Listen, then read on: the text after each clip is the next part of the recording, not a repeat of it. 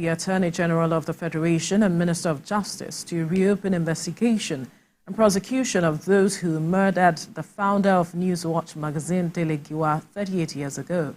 Dele Giwa was murdered on October 1986 in his Lagos office through a letter bomb. Apart from Dele Giwa, the court also ordered that the killing of other journalists on the course of their duties must be investigated and perpetrators brought to book in line with the provisions of the law. According to International Press Institute, a total of 45 journalists were killed globally in connection with their work in 2021. Also, a 2021 Press Freedom Report revealed that the media industry recorded 7 unresolved killings, 300 violations and abuses affecting 500 journalists, media workers and media houses since 2015. One among many unresolved murders of journalists is that of Dele Giwa, editor and founder of Newswatch magazine. He was killed by a parcel bomb in his home at Ikeja, Lagos in 1986. Now, Justice Iyan Eko has ordered the federal government to reopen his case and commence prosecution. Apart from Dele Giwa, the court ordered the killings of other journalists in the discharge of their lawful duties must be investigated and perpetrators brought to book in line with the provisions of the law. The federal government has been ordered to ensure adequate protection and safety of lives of journalists as enshrined in Section 39 and 33 of the Constitution and Articles 4 and 9 of the African Charters on Human and People's Rights. Celestina Iria, TVC News, Abuja. Well, joining us in the studio is the publisher Inside Watch Africa, Oluwaseyi Adeyemo. Good morning. Thank you for joining us. Thank you so much for having me. Now, the question will be, are we on our way to unraveling who killed Dele Giwa with this order? Recall that so much effort was done at the time, especially with renowned lawyer Gani Fawehinmi and some other persons to unravel the killers of Dele Giwa. But right now we are reopening the case. And do you think we're on track or on our way to finding out who killed him? Maybe we'll stay on our way, rather yes, than saying right track. Because truth of the matter is, there's a lot of things to be done to make us have the kind of world we all deserve. A world where we are happy to wake up in the morning, go and do our jobs. Because at the end of the day, some of the things that a lot of people consider are or describe as us getting into their space and making their life difficult is actually our own daily job. So we wake up in the morning, we must investigate, we must inform the people, we must play our role as keeping everyone, in check, as it were, by, reporting what is happening. But of course, in some quarters, it is perceived as if we're harassing them. Some of us are described as being rude and all of that. But truth of the matter is, this is what we do for a living.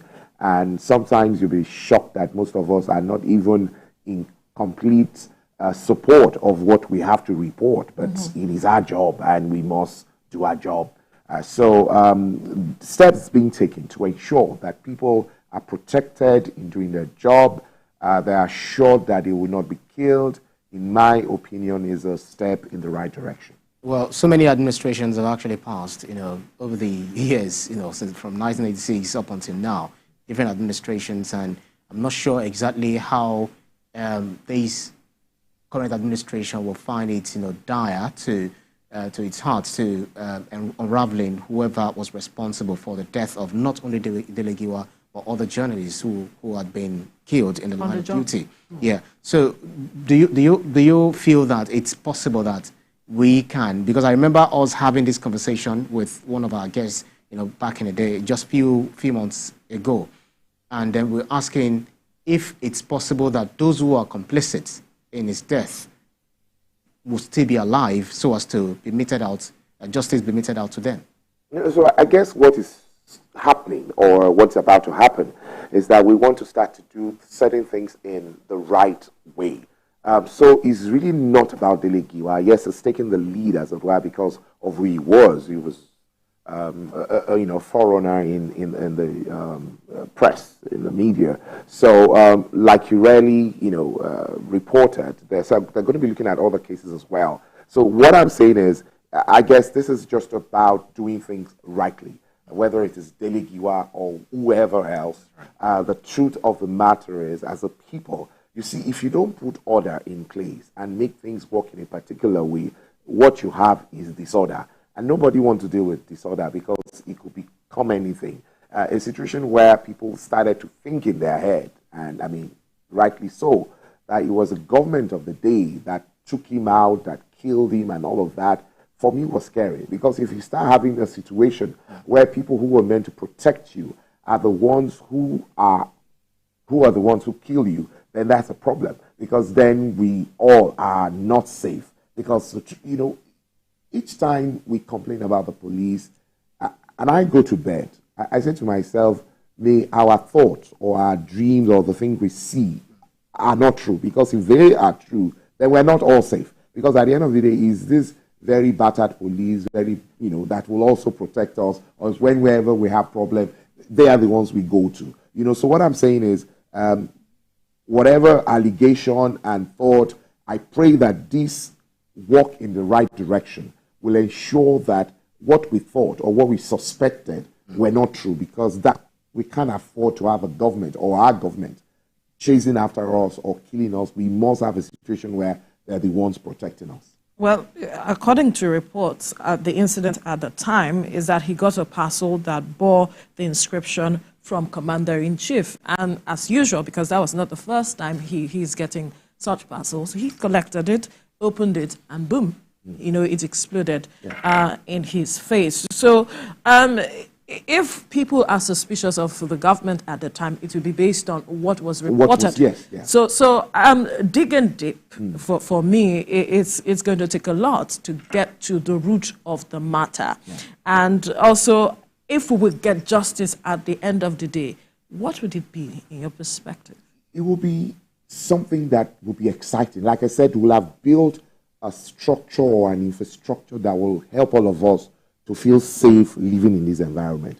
Because you see, the truth is, you just said it, there's a lot of things that is tied to all of this. There are a lot of powers that be, there are a lot of interest, there are a lot of things that would be catered to, would be taken into consideration in whatever will be done. But when you start a process or you start to realize that there is really nothing that would go, completely unchecked or uninvestigated, it is good, it is healthy. Because you see, really, I've always referred to the fact that government is said to be healthy when you can check government. Because that's why I said absolute power corrupts. Absolutely. In other words, you and I, as good as we look or as,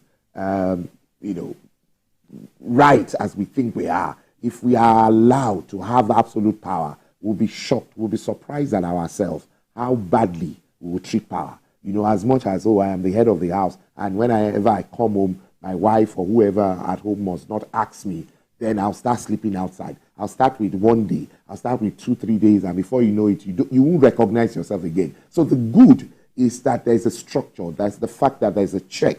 People will check, or people will investigate, or your name will be on the internet, or your family will be messed up. So in some way, it helps you to live like a human being because there's a check on you. So for me, this is very good. It is good that we're asking about it, where whatever result that is gotten at the end of the day, I believe, in my opinion, will be one that will help us to start to navigate or start to journey to living rightly and doing things the way it ought to be. Well, the government of the day had consistently denied involvement in the death of Dele Giwa, for instance, because it looks like he's the poster, a victim who was involved in, killing in the line of duty. So it has consistently maintained that it's not involved. And then people were also asking questions. Okay, someone was with him before his younger son brought him the parcel, and then the place he was sitting, the legs were shattered, and then the body. So many questions and so many theories. Which did you find, suspicious so far?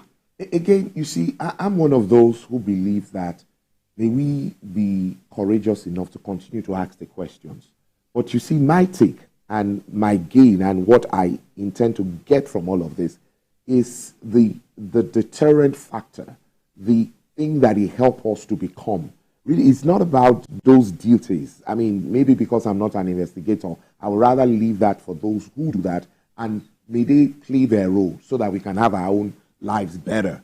But at the end of the day, as a Nigerian, as a citizen, my take is that let everybody do their job so that I will be safe in my space to do my job, so that you will be safe in your space to do your job as well. You know, Dele Giwa died in the line of duty, as it were, because he was pursuing something, and some people felt, no, you can't do this, and one way or the other, they were able to go ahead and do what they did, in my own opinion, because at the time it was perceived that whatever you do, you could escape, because really nobody wants to be, embarrassed or killed at the end of the day for doing something. Even the thieves, you know that they pray when they are going to steal. You know, so the point is they want to steal and not be caught.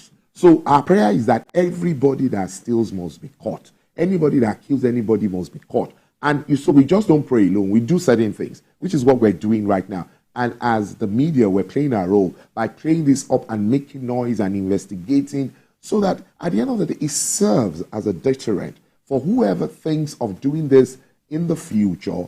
You know, the person will say, if this is what is going to happen, maybe 38 years after, and they're going to dig this out and my name will continue to be smeared and all that, I think it's better for me not to do this. You know, so that is where I stand, and that is what I want us to continue to look forward to and do. Because you see, you know, pointing fingers and blaming and all that, part of the game, part of the job, you know, because some of us must do that, must shame, must name, must bring all of those. But the end point is that we then have a better life. We have a more protected life. We have a more sane life. Because you see, it can be insane when, you know, you have to do your job and you have to still watch your back and all that. That's not supposed to be your job. Yours is to just go to the wherever. You know, I always admire when I see reporters, even at the front line of war, and, you know, they wear the helmets and all that. It excites me as a journalist to see that people have the courage to go all that way, to go and meet the militants and speak with them.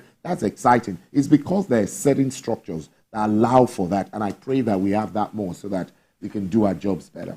I like the fact that you mentioned the matter of courage, because there has been reports that the kinds of journalists, the corps of journalists that we had at the time were bold, daring, able to hold government to account, name, shame, without holding back. And that's why we saw a majority of them pass. We also recall someone called Abuja then, who was also killed in the line of duty. And I am wondering what you think could have transpired such that we do not have as much bold, daring journalists as we did at the time. Again, I'm one of those who believe that that is not completely true. You see, you'll be shocked at how very daring the journalists of today are.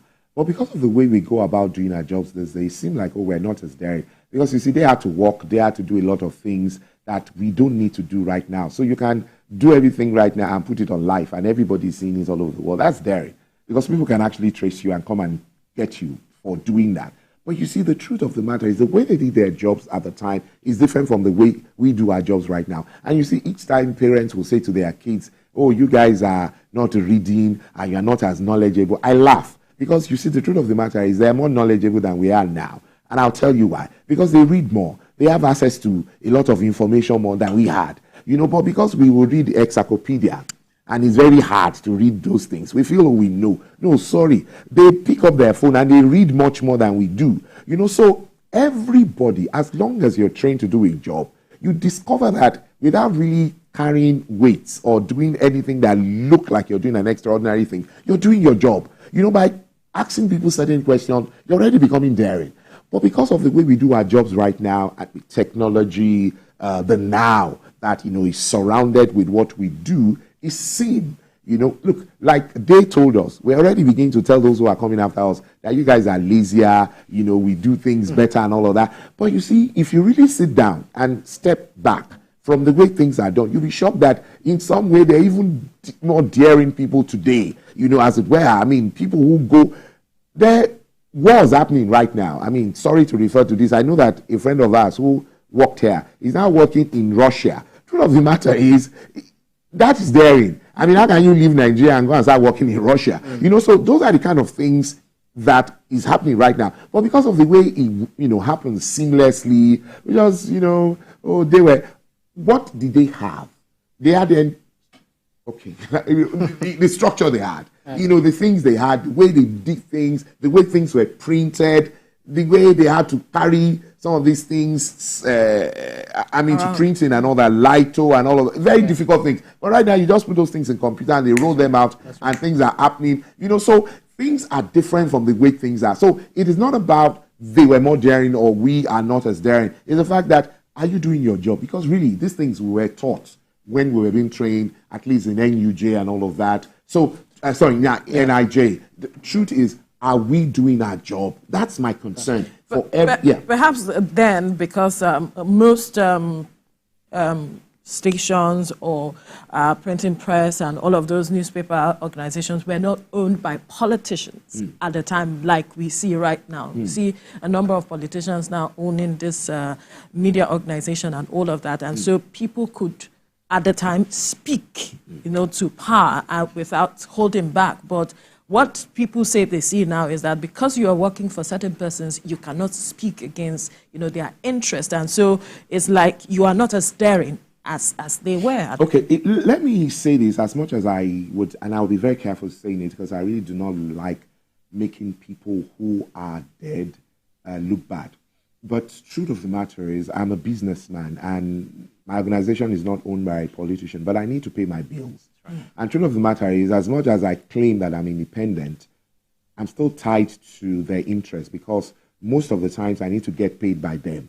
You know, so you can start to act up and say, oh, the reason why that person is more daring, as it were, is because the person is an independent person. Oh, and this one is not as daring because the person is working for a politician. It's not true, sir. Because at the end of the day, the bottom line is I have to pay my bills. You have to pay your bills. And if you really get to know what happens behind the curtains, you'll be shocked at the kind of deals that goes on at the ground. We all can come out and start looking sparkling, you know, at cameras and all of that.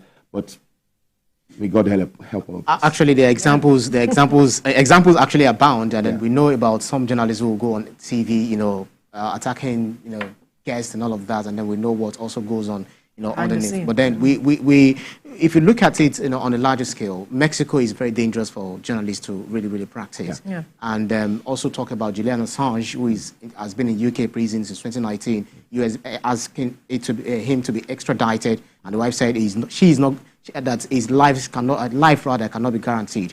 We know about Shireen Abu Akleh that was killed, you know, by the Israeli IDF forces, you know, covering the Israel-Hamas, you know, crisis and all of that. And then, even in Nigeria, according to FIJ, they said 67 journalists and media staff were killed in Nigeria in 2022 compared to 47 in 2021. So in 2022, 39 journalists were targeted and 7 were killed covering armed conflict. So what do you think the federal government can do? You know, you've advocated for, you know, practicing our jobs, you know, safely, but what can they do more to ensure adequate protection for journalists who are in the line of the duty according to Section 38, 33, 39 of the Constitution and Article 4 and 9 of the African Charter of Human Rights? Okay, I'd like to go, you know, dealing with this like this. First, for business people to also understand that really this is a profitable business, journalism. You can really invest properly in it, and at the end of the day, it will become so profitable that people can do it without needing to pan to anybody's interest. The other thing is for government to understand that, look, these people are playing a role that will aid the well-being of everyone. And they don't see it as an isolated industry that, let's just help them. No. They're good. They're doing the job well. At the end of the day, it's for the good of everyone. And so what I'm saying is, as much as people talk, you know, very well about investing into education, into medicine and all of that, you know, what's the word we use for medicine? well-being of people. People will always say, oh, in putting up budget, government should look at security, health. Yes, that's what I was looking for. Health. Now, we should also start to know that for journalists to do their job very well, or for the media to be robust in a way that it will ask me, it will ask you, it's good for all of us, because at the end of the day, I will leave government. That's right. You understand? And when I go back into the society, the role these people play actually protects all of us. So because I'm being protected right now and I have guards and everything, and nobody can ask me any question, nobody can ask, it is just going to last for 8 years. So when you leave, do you want to go back to that society where nobody can ask any questions and everybody can do anything anyhow? Do you think we'll bounce back to you? So what am I saying to government of the day? Look, you are there for a while. Can you help us build this part of the structure, the infrastructure, to make sure that our country is better protected? Because questions are asked, things are done in a particular way, and everybody benefit from it. You see, no job or no role is too insignificant that we treat in a way that at the end of the day, because it will bite back at us. No matter how you look at anything, if you don't train your children, at the end of the day, when you grow old, you will pay for it. Because at the end of the day, you are the one that is going to deal with recalcitrant children who are no good. So you investing into them today, or making sure that the media and all of those things are done in a proper way, is for your good tomorrow. It gives you a lot of joy. Look, at the end of the day, I am, it's always amazing and exciting to me whenever we all get to global competition, and all of us just want the Eagles to just win. And the question is, now that we're not in any competition, what are we saying about the Eagles? Are we working to ensure that they play well and all of that? In the same manner, that same thing applies to all of our lives, all industry, the media as well. What are we doing to make sure that they do the job well? Are we doing everything we're doing to make them less powerful, make them, not do the job? Significant. Yes, because at the end of the day, we will pay for it, all of us. Everything is an ecosystem. We're tied to ourselves. What you do right helps me. What I do right helps you as well. So if we don't invest into making sure that they do this thing well, at the end of the day, one way or the other, we all pay for it. But one quick question that some would like to ask is why perhaps politicians, governments, and even some persons see journalists as a threat. Because they're short-sighted. They don't have an holistic. They don't look at things holistically. You're unable to see the total summation of everything. Because if you see things from your own angle, of course, that's why people are selfish, generally speaking. Then I begin to feel that, all I do is the best thing that can happen to every other person. But if my driver or my cleaner or anybody else in the value chain fail to do their job, no matter how well I do my job, I will feel the failure of that person on my job as well. So yes, I'm Mr. President, or I'm the governor, or whoever I am. At the end of the day, everybody must be seen, or I must ensure, since I have the responsibility to ensure that they do their job very well, I must make sure they do their job, because at the end of the day, we have limited amount of time. That scenario might take us into another programming. Yeah, you're right. It's always good to be with you guys. I always enjoy myself. Thank you. All right, publisher Inside Watch Africa, Oluwase Adeyemo. Thank you so much for your time. Thank you for having me. Right. This is where we draw the curtains on the program for today. But let's tell you that the views and reactions of all our resource persons are theirs